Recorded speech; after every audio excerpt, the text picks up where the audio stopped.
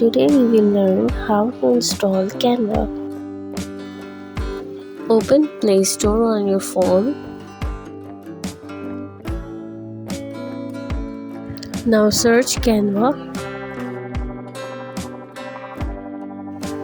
Then tap on Install.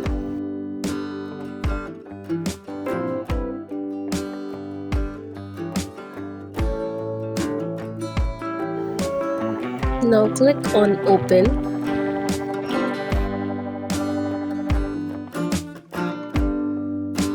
Log in with your Gmail ID.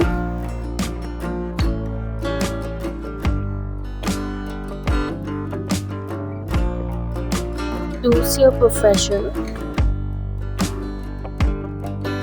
You are now logged in. These are already made templates for you. Now explore it by yourself. Here your projects will appear that you have designed, and from templates you will see already made templates for you.